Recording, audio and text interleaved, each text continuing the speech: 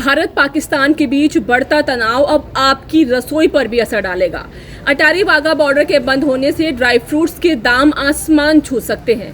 क्या ये सिर्फ एक कूटनीतिक फैसला है या आम आदमी के लिए एक महंगी सजा? दरअसल कश्मीर के पहलगाम में 22 अप्रैल को हुए आतंकी हमले के बाद से ही भारत पाकिस्तान के बीच भयंकर तनाव है। केंद्र सरकार ने अटारी वाघा बॉर्डर को बंद कर दिया। इससे पाकिस्तान को तो नुकसान होगा ही, साथ ही भारत पर भी इसका असर देखा जाएगा। नमस्कार, मैं हूं संदर्शिका अवस्थी और आप देख रहे हैं किसान इंडिया। इस वीडियो में बात करेंगे अटारी वाघा बॉर्डर बंद करने से भारत पर क्या असर पड़ेगा और उससे निपटने के लिए हम कितना तैयार हैं। दरअसल भारत इसी रास्ते के जरिए अफगानिस्तान के साथ भी व्यापार करता है। अटारी वाघा बॉर्डर बंद होने से अफगानिस्तान से भारत आने वाले सूखे मेवों के व्यापार पर संकट गहरा सकता है। भारत में सबसे ज्यादा ड्राई फ्रूट्स अफगानिस्तान से ही आते हैं। बॉर्डर अचानक बंद होने से अफगानिस्तान से आने वाले सूखे मेवों का आयात रुक सकता है।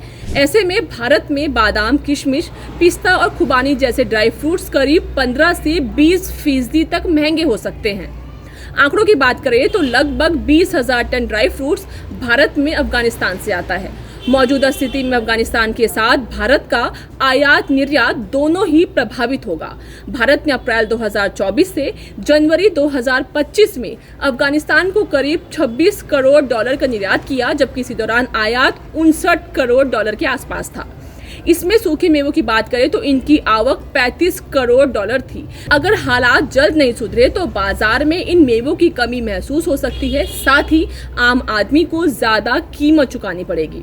अब जानते हैं कि अफगानिस्तान से ये सूखे मेवे आखिर भारत आते कैसे थे। तो आपको बताएं कि अफगानिस्तान से सूखे मेवे ट्रकों के जरिए पाकिस्तान से होकर अटारी बॉर्डर तक पहुंचते थे। यही सबसे तेज, सस्ता और सुविधाजनक रास्ता था। अब ये रास्ता बंद होने से लॉजिस्टिक कॉस्ट बढ़ जाएगी और देरी भी होगी। ऐसे में अटारी वाघा बॉर्डर बंद होने से व्यापारियों को समुद्री या हवाई रास्ते का सहारा लेना पड़ेगा, जो महंगा और समय लेने वाला है। इसलिए ड्राई फ्रूट्स की कीमतों में भारी उछाल देखने को मिलेगा। अब जानते हैं कि इस स्थिति से निपटने के लिए भारत के पास और क्या रास्ते हैं। भारत अब ईरान, अमेरिका, ऑस्ट्रेलिया और टर्की जैसे देशों से सूखे मेवों का व्यापार खोजने की कोशिश करेगा, लेकिन वहां से आने वाला मेवा या तो महंगा है या इसमें वो क्वालिटी नहीं होगी जो अफगानी मेवों में होती है।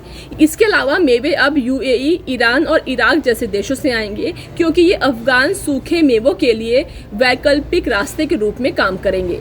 सरकार समुद्री और हवाई रास्तों पर टैरिफ कम करने, लॉजिस्टिक सब्सिडी देने और नए ट्रेड रूट्स पर विचार कर सकती है। साथ ही व्यापारी संगठन भी अल्टरनेटिव सोर्सेज और लोकल सप्लाई बढ़ाने की कोशिश कर रहे हैं। आपको जानकर हैरानी होगी कि अफगानिस्तान दुनिया का एक बड़ा सूखा मेवा उत्पादक देश है। बादाम, किशमिश और सूखे अंजीर जैसी चीजों का बड़ा हिस्सा यहीं से आता है।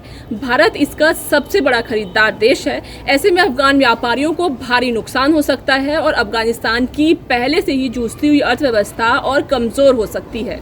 तो अटारी वाघा बॉर्डर का बंद होना सिर्फ एक सीमाई मसला नहीं है, बल्कि ये हमारी थाली तक को प्रभावित कर सकता है।